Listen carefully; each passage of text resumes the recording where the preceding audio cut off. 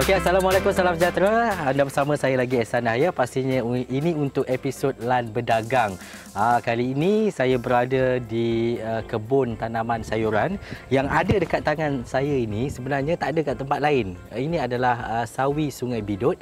Sungai Bidut ni mungkin dalam 10 ke 15 minit perjalanan kita merentasi satu jambatan untuk sampai ke sini. Apa yang menariknya dekat Sungai Bidut ini, dikatakan tanahnya cukup istimewa. Dan majoriti komuniti dan juga penduduk di sini adalah petani yang mengusahakan sayur-sayuran. Sawi Sungai Bidut ini dikatakan hanya boleh tumbuh dan hidup segar di tanah Sungai Bidut ini sahaja. Jadi kita nak bersama dengan Mr. Teo yang merupakan pengusaha sayur-sayuran kurang daripada 2 hektar kawasan tanah yang ada dekat sini. Mr. Teo, kalau boleh perkenalkan diri dululah. Umur berapa? Dah berapa lama tinggal dekat sini?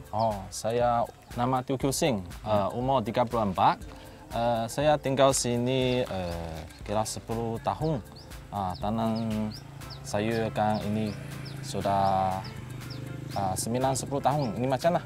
9-10 tahun dah tanam sayur ni. Ya. Tapi Mr. Teo merupakan antara generasi ketiga lah daripada datuk nenek, ibu dan bapanya, termasuk Mr. Teo mengusahakan tanaman sayur-sayuran. Dan dikatakan penduduk-penduduk di Sungai Bidut ini kebanyakannya semua menanam sayuran. Ya. Kenapa tu Mr. Teo?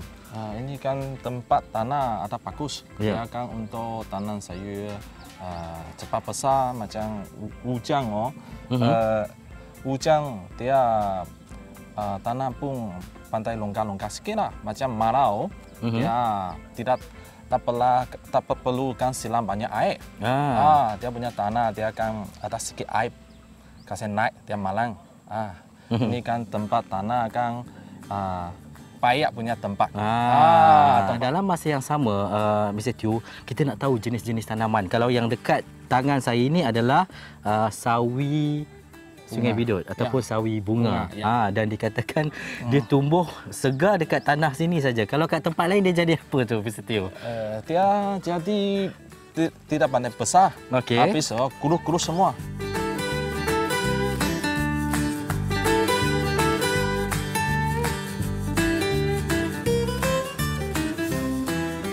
Okey, Mr. Teo, ini kita cerita pasal sawi Sungai Bidut ataupun sawi bunga yang dikatakan memang hidup segar dan juga menjadi di tanah Sungai Bidut ini. Kenapa, Mr. Teo? Dulu nenek sama papa orang sudah tanam dulu punya, saya ikut sampun saja. Sampun tanam, tengok ini kan sayur banyak kan guna kasih kan sekolah. Pasarkan sibu sini punya orang bawa boleh goreng mie, kan yamang. Sedap lah. Sedap. Goreng mie goreng, kuih tiaw apa. Jadi ini sawi sini banyak orang guna. Okey. Kami berada di tengah-tengah, betul-betul tengah panas ni. Memang berpeluh, tapi orang kata setitik peluh petani itu memberikan manfaat kepada orang lain. Selain daripada sawi, apa jenis-jenis sayuran yang ada dekat sini lagi, Mr. Teo? Sini biasakan pahit, keriting.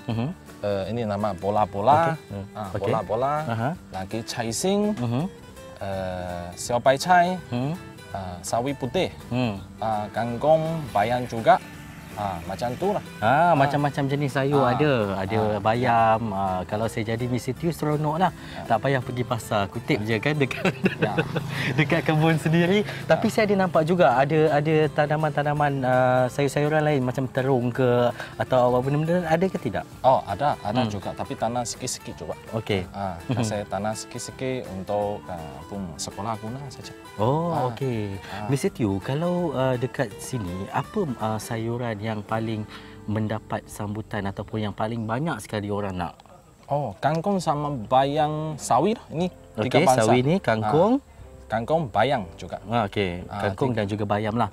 Kangkung, bayam dan juga sawi antara permintaan yang tinggi. Dan apa yang saya boleh kongsikan dengan anda, sayur-sayuran daripada Mr. Teo ini bukan sahaja dipasarkan di Sibu, malah di tempat-tempat lain juga. Kalau Mr. Teo boleh kongsikan. Sedikit lah. Sedikit. Sedikit untuk dia kan bagi kan sekolah. Sekolah orang makan apa macam tu. Untuk sedikit, lain tempat tidak ada. Memang sibuk sedikit saja. Dan selain daripada itu, Mr. Teo, kita tahu dekat sini ramai yang mengusahakan tanaman sayur-sayuran. Jadi permintaan tu bagaimana? Mencukupi tak untuk bagi ke pasar-pasar ataupun kepada orang ramai? Itu biasa. Memang saya yang tahu punya lah. Saya tidak ada jual market kan jual sikit saja. Dia orang banyak kan untuk memang jual market besar. Sibuk ada satu market memang paling besar punya. Itu dia orang banyak potong lolo jual market dalam besar. Dia orang kasih bantu jual macam. Sebab apa? Pasar Sibu merupakan pasar terbesar yang ada di Sarawak. Jadi hasil-hasil ini dijual juga di pasar-pasar, tetapi sebagai pengusaha dan juga petani, Mr. Teo memasarkannya di pasar-pasar inilah. Dalam masa yang sama, supply juga untuk sekolah-sekolah, untuk supermarket. Dan juga bagaimana untuk Mr. Teo pastikan kualiti sayuran tak kena ulat, semuanya baik, bagaimana penjagaan setiap hari itu? Kalau ini sayur, memang 1 minggu kamu cubakan sayur kecil baru tanam, kamu racun 1 kali. Racun 1 kali, 1 minggu lagi racun. Mau sampai mau potong punya, jangan racun dulu. Awal 1 minggu jangan racun. Itu ikut dia punya ubah punya tanam punya site. Untuk mau bantu, kalau kamu mau betul apa-apa, kamu boleh minta ini orang punya picking sayur bawa balik, kasih cek dulu ada ubah lebih tidak, untuk ambil 1 lesson untuk my gate punya. Sayur my gate. Untuk kita orang kan tahu ini my gate punya ini sayur tiap bulan, kalau 3 bulan dia ada latan cek 1 kali. Ini ubah tidak ada lebih punya, tapi cukup orang makan tidak apa-apa punya. Kalau selalunya lah kita musim dan juga cuaca kita tidak menentu, kadang-kadang panas, ada waktu hujan saja. Kalau waktu hujan tu macam mana, terjejas tak tanaman-tanaman Mr. Teo? Memang sayur ada kurang. Dia kan hujan terus sayur pandai kecil. Dia kan matahari kurang cukup. Dia sayur pandai jadi kecil sikit, macam ringan, macam 1 tiang 100 kaki. Marau mungkin dapat potong 60. Sampai hujan mungkin baru dapat 20. Maksudnya permintaan ketika hujan itu kurang, tapi harga dia mungkin meningkat waktu tu. Tapi kalau harga tinggi pun paling naik RM1 sampai RM1,5. Tapi itu kamu kita orang punya pajak mau guna lebih. Sama dia punya tanah, punya organik tanah. Organik tanah kamu pun mau kasih banyak, 1 kali sampai 2 kali. Habis itu kasih kita orang kan cukup ada sayur, cover saja. Kan sayur kurang, pajak guna banyak, semua untuk kita orang cover sajalah. Cover lolot tidak apa rugi banyak lah. Mr. Teo, kita nak cakapkan, kalau kita tengok kebun Mr. Teo ini, pemandangan daripada atas cukup cantik, tapi kita menggunakan kaedah tradisional, tanam atas tanah. Tapi kalau sekarang mungkin ada pertanian moden, vertigasi, tanam dalam pasu ke apa semua. Kenapa Mr. Teo masih mengekalkan tanaman atas tanah dan juga secara tradisional ini? Itu tanah kalau pakai karung punya, dia punya itu, saya orang cakap, dia tidak macam ini tanah. Dia tanah kita orang makan, ada macam sayur. Tapi saya pun tengok orang cakap, tapi saya pun ada makanan. Saya pun tengok pakai karung punya sayur makan ada lain. Dia pakai tanah ini punya. Lagi 1 dia cepat besar. Lagi Yaman. Mr. Teo pun dah berpeluh-peluh. Saya pun dah berpeluh, saya pun dah layu. Sebab memang betul-betul panas kita duduk kat tengah-tengah kebun ni. Tapi selepas ini apa lagi yang Mr. Teo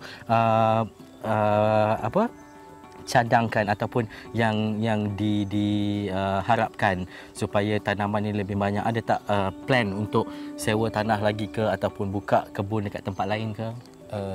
Kalau ada tempat memang mau buka itu sayur kan memang masih ada orang mau makan, macam sekolah juga, orang sekarang pun banyak kalau tapak memang tanam banyak sikit untuk jual orang-orang, tidak ada macam nanti kalau sayur banyak Kita orang kan banyak tempat dapatkan kasih dia orang harga kira tidak kuat mahal lah, macam kita orang ada sayur keluar mah.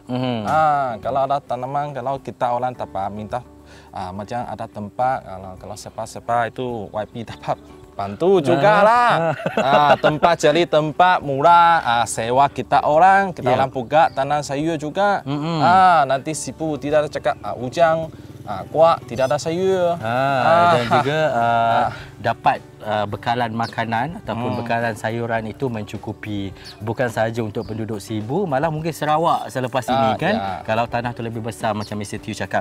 Terima kasih Mr. Teo atas perkongsian itu tadi, dan ini usahawan dan juga dagangan yang diusahakan Mr. Teo dan juga keluarga, bukan setakat sawi, malah sayur-sayuran lain pun ada.